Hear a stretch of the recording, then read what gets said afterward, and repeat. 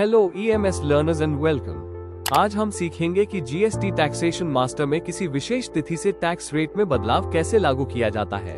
जैसा कि हम जानते हैं, सभी या किसी विशेष एचएसएन या सैक कोड के लिए जीएसटी टैक्स रेट में बदलाव की संभावना हमेशा रहती है। इस बदलाव का सबसे महत्वपूर्ण बिंदु ये है कि यह किसी निश्चित डेट से बंधा होता है और यह परिवर्तन ठीक उस डेट की आधी रात को लागू होता है।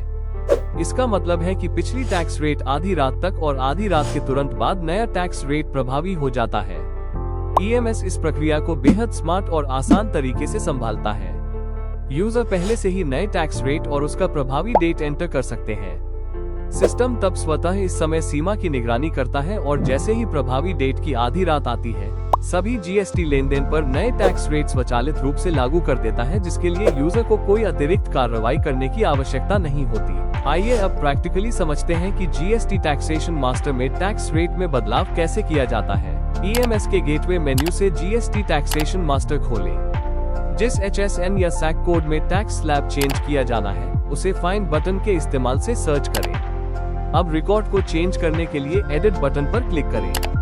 डिटेल टेबल में इंसर्ट की दबाएं। टैक्स रेट डिटेल फॉर्म खुल जाएगा।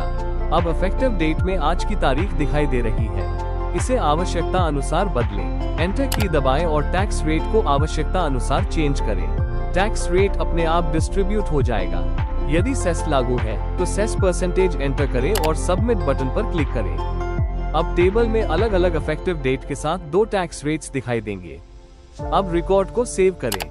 चेंज के बाद यदि कोई जीएसटी ट्रांजैक्शन इफेक्टिव डेट से पहले किया गया तो कैलकुलेशन में प्रीवियस टैक्स रेट्स दिखाई देंगे।